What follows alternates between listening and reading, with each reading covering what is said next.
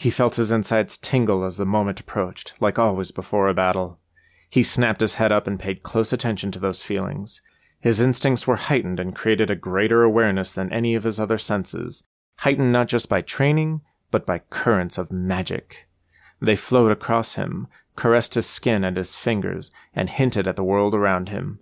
It gave him an advantage that only a mage could possess. With practiced ease, Cardin reached out his sphere of awareness and extended his own being into the sword, and felt the cold steel as if it were a part of his hand. Through simple willpower, he pushed some of the energy within himself into the blade. It excited the metal with an ethereal charge, and it began to vibrate ever so slightly. Suddenly, Cardin's senses warned him of danger moments before one of the guards churned towards him. His heart leapt, and so did he, up beside the tree branch. With all of his strength and confidence, he swung his sword in a short horizontal arch. An arcane wave of destruction should have swept out ahead of him with incredible speed and power, and should have killed his opponents. That didn't happen. Instead, the energy backfired halfway through the sword with enough force to shove Cardin several feet back. Too late, he realized he'd let his sword go too long without repairs, and deformities had caused the backfire. Now he lay on his back, with little feeling in his extremities, and 2 orcs with free rein over him. He was dead. A blue-white wave of energy blasted directly over him and smashed into the orcs just as they began to draw their weapons. They were thrown violently away from the cave and tumbled to the forest floor, instantly dead. Feeling returned to his extremities with an uncomfortable prickle, just enough for him to turn his head and find a savior. "Sira!" he whispered with barely contained surprise and delight. With her white-dyed longsword in hand, she stood over Cardin with a grin on her face. She flicked her short blonde hair out of her face and sighed.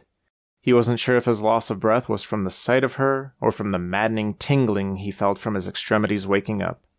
Her blue eyes pierced his, and for an instant he was able to gaze into her soul, a familiar sensation from days past. Then she closed her feelings up and pushed him out, creating a black void in the pit of his stomach. "Cardin Kataar," she whispered, and reached her free hand out from her tan cloak. He took her offer and hefted himself up, but collapsed to his knees instantly. She barely held back a giggle and asked, "How many times were we lectured about keeping our equipment in good repair?" He smirked.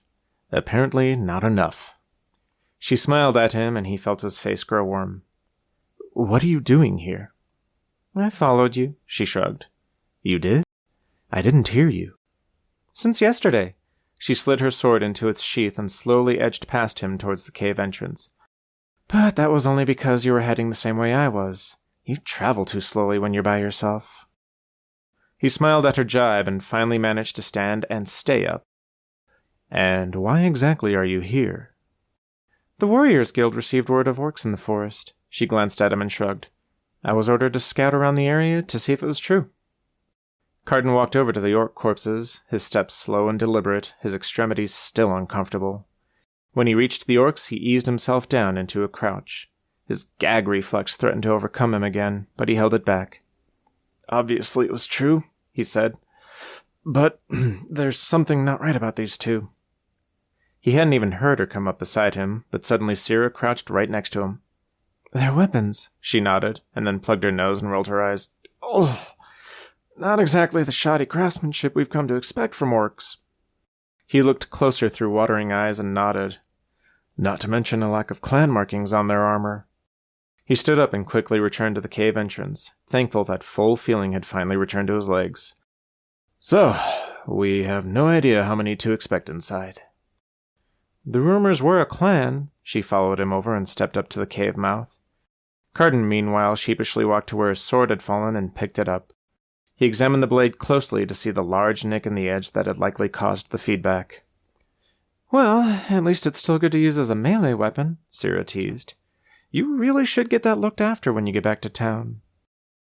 He ignored her comment and sheathed his weapon before he rejoined her at the entrance. He knew what he wanted to say next, but his stomach churned at the thought. It would inevitably lead to a subject that would further lead to an argument.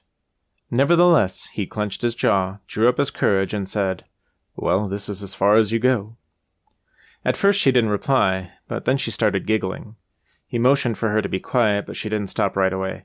"Cardin, the day you get to tell me what to do is the day you take command of the Warriors Guild."